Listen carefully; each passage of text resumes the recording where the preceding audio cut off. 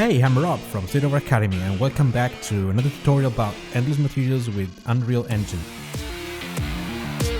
So my war against texture repetition is still going on, and this time the battlefield is Unreal Engine. As you can see, I found a way to work on it, to fix it, but first of all, the boring intro. So, of course, I highly recommend to watch at least the first minutes of the previous tutorial about endless materials with Substance Designer, to better understand what we're going to do. This first tutorial is, only about texture randomization, but the good news is it's a real randomization and it's infinite. This part of the tutorial, this is part one, so is mandatory. Randomization for now will work only for, simple square tiles. And you need to wait for the second part of the tutorial, for it to work on every type of texture. Remember, in Unreal Engine, when it's about, texture randomization, it's all about UVs, and, we are going to work inside a master material. First of all, a little bit of theory. If you remember the last tutorial about endless textures, the idea I came up with was about a texture that it's always different in the inside, but always the same on the outside, so you can tileize them. But this is not 3ds Max. There's no way to randomize different textures. It's a real engine. We cannot even load 10, 20, 30 different textures, for one diffuse. So it's not a best practice. We need to find another way to solve the problem. In Unreal, we need to work with only one texture. And the trick is to subdivide this one in a grid of, 4 rows and 4 columns, in order to put 16 different small textures in it, 16 infinite textures in it. Technically, each one of these textures is called an atlas. So what's the best way to randomize these atlases and, delete repetitions?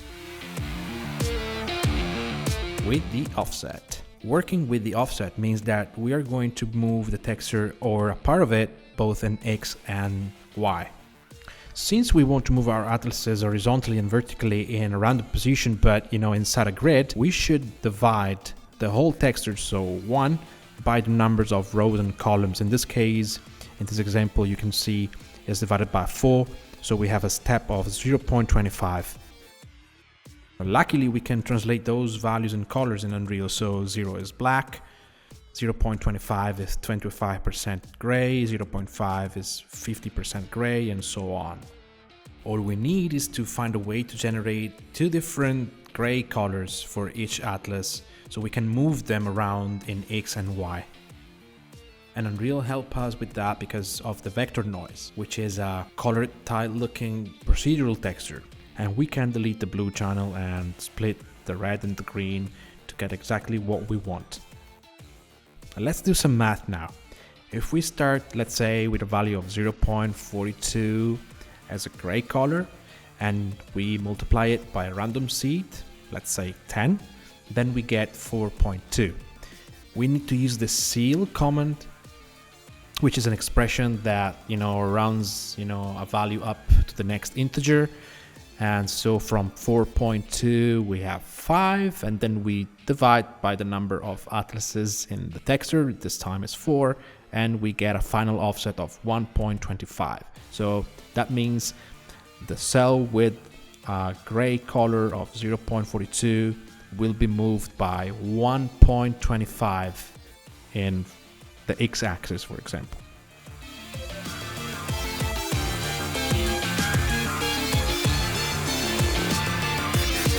Okay, here we are in Unreal. This is a new material. I just imported a simple texture I created in Photoshop. You can download this from the link below the video if you want. And we have, a simple coordinate system with texture coordinate node and a multiply and a scalar parameter for the tiling. As you can see now, we have 2 in the tiling, so the texture is repeated a couple of times. And then we have the add node, which is the core of everything today, because this is for the offset. So we need to randomize something here in A. And the first thing we are going to do is we are going to create vector noise. And by default you can see that the vector noise is in cell noise mode, which is very cheap to calculate, and it looks a little bit like this, like, you know, rows and columns and squares and different colors. But if you start the previewing node, you will see, you know, it's kind of a, you know, messy thing. The cells are very, very small. It's because the vector noise need a position on the input pin to understand how big your cells have to be. So let's work on it. I will multiply the coordinate system for, you know, I will take the multiply into the position, but, you know, the vector noise is not working yet because the vector noise is an RGB texture, is an RGB, you know, procedural map, and our texture coordinate system is only a two vector thing. So we need to append vector, a new axis to it. I will keep it 0. You know, this is kind of a blue channel, okay? We don't need the blue channel actually, but, you know, the vector noise needed. So I will put the multiply into the append, and then the append into the vector noise. And as you can see now, we have 4 different colors. If we go up to 4 here in the tiling, you will see we have 4 different colors for like each row and columns. But anyway, what we need now is to say, okay, how many times, you know, how many times for each texture, how many sub textures we have for each square, I would say, how many atlases we have for each texture, because you have to think that these are different textures. So we need to multiply this for a number. So I will click on M on the keyboard and click with the right mouse, so that with the left mouse on the graph to get a multiply. And then here we need a scalar parameter, so S click, and this is the number of rows, and let's say this less rows and columns, looks nice, column. And because we have, you know, in this example here we have 4 rows and columns, let's put 4 here as a default number. So now we can make a little bit of space here, and if we connect this here, you will see then now for each texture we have 4 sub textures, which is exactly what we wanted. Let's put the tiling to 1, and that's it. This is exactly what we wanted. We wanted a different color for each atlas we have in our texture sample. So it's already working, but what we need now is, you know, not something like this, not our RGB texture. We want only a RG texture. So let's use a component mask to mask the red channel first. And if you look at the preview of this, you will see it's only black and white. So exactly what we wanted. And now we need to control the randomness. So we are going to create a multiply node and a scalar parameter, and this will be our special, you know, scalar parameter, which is random 1, 2, 3, just a random name for a random thing. So let's put a number, I don't know, 10. It's not really looking like a random number, but who cares? And let's multiply this for the random number. And now we need to be sure that every color here, it's inside our step. So it's for in this case, every color should be white, or 0.25, which means 25% gray, or 0.5, which means 50% gray, and so on. So we need to because this multiplication could lead to some weird numbers, to some float numbers, we need to use the seal, you know, to be sure that this output is an integer, and then we need to divide this number for the number of rows and columns. And that's it. If you start the previewing node now and hit this one, you see now these are random values, but you know, they are, for example, white 0.25, 0.5, and 0.75. So we are not going for, you know, different values because these are offset, and we need to move each atlas or on these values on because of these steps, I would say. So that's it. I mean, what we need here is also the green channel. So here we have the red, but we need the green because, you know, we want to move these atlases randomly, even like in vertically. So we need to keep, you know, we need to get from the vector noise another component mask. And this time we're gonna get the green. That's it. And then again, we multiply for random color, random value, sorry, and then we seal to be sure we have an integer, and then we divide for the numbers of rows and columns. That's it. Here we have the other texture, which is different from this one because, you know, we have different values of red and green. We append. So now we have a random value of offset for each atlas, and you know, we can move this stuff here and get this. And if you start pre-note the texture, you will see now we have, you know, something that looks random. Of course, we have some repetitions, but probably it's because this number here is not that big. So if you go up with the random number, you will move more those textures and get a different result. And you can see here, if I go up with the tiling, I don't know, like 10, you see, now all the textures are, you know, they looks random, and they are randomly placed into the plane.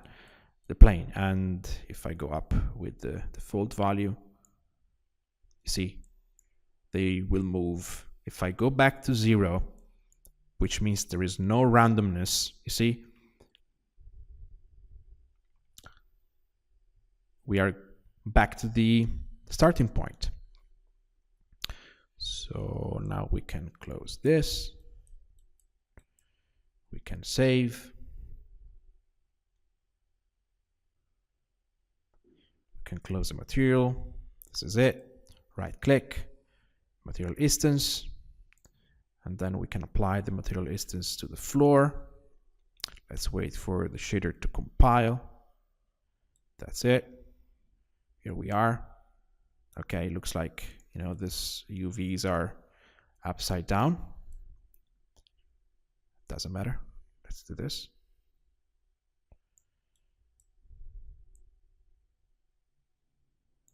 Okay, we should rebuild the lighting, but I don't care right now.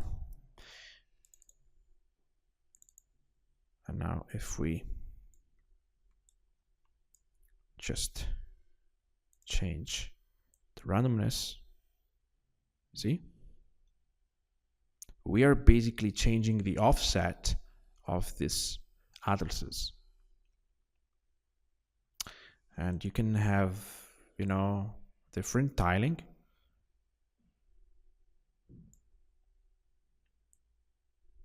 And more randomness. If you put a wrong row and columns value, you will get something weird, like I said, 10, you see? It's because you are breaking up the texture in the wrong position, and you are choosing a wrong step to move each texture. But if you, let's go back to the master material and change this texture to a parameter. So we can call, like, I don't know, diffuse. Save. And then we go back to the instance and we change the texture with the ceramic tile. You will see that because in the ceramic tiles we have 10 tiles, 10 is the correct number, and it works. So here we have 0. You can see the repetition very well. But if you go up with the randomness, they start to change after a while, and that's it. And it's working.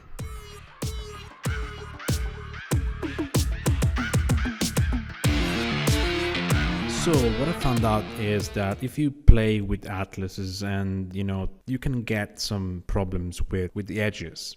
And as you can see here, randomizing these atlases around, we have some weird different color edges around. The texture is not really cool. It's not really pleasant to see, and it's even more noticeable when you go far away from where you look at. So why this is happening and how can we solve this? This is happening basically because Unreal creates a different number of MIPs. When you import a texture, what that means that Unreal automatically create downscaled, lower resolution brothers of the same texture. You can check them from here. This is the lab number 0, which is the original one. But if you go up, you will see these are lower resolution textures. And what happened is when you look away from you, Unreal automatically load this low resolution texture, to increase the performance, to work faster. But this kind of stuff leads to this kind of problems because we have a very, very blurred edge between atlases. So what to do? I came up with the solution. I'm not 100% sure that is the best solution ever, but it works. So what can we do is basically we can go back to our master material and we can create this graph. Let me explain you this. First we start with the pixel depth. So basically it's just a color, it becomes darker when you go close to an object, becomes brighter when you go far away from it. But by default it's so powerful, we need to subtract a number, and in this case I subtract I don't know, 176, just to show you that if we move a little bit from there, you see the it's like a range. The closer you get, easier is to see the black color. We divide for a falloff scalar parameters, so we can have a little bit of falloff in between the white parts and the black parts. This is basically a mask, right? This is basically a mask because it's our way to say, okay, on the white part, so far away from us, we are going to use a MIP value, and so like a downscale texture, and close to us we are going to use the original texture, the number 0, the high resolution one. And when you want to create a mask, you need always to go with a clamp before putting it in the alpha, because the clamp is kind of a way to be sure that every value of the mask goes from 0, so black, to 1, so white, and you don't or exceed those numbers, because this can lead to some artifacts. And then we have just a MIP minimum value and a MIP, sorry, this is a mistake, MIP maximum value. And that's it. You should connect this to the texture, but by default, the MIP values, which texture you want, have to be seen, is decided by Unreal. We don't want that anymore. We want to decide which kind of texture have to be visible. So we go here in the MIP value mode of the diffuse and we change it to MIP level. And now we have a new input, and we plug this in. We save.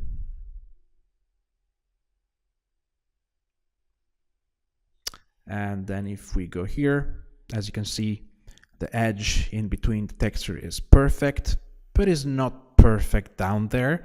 But we don't care, because it's down there and it's not really visible.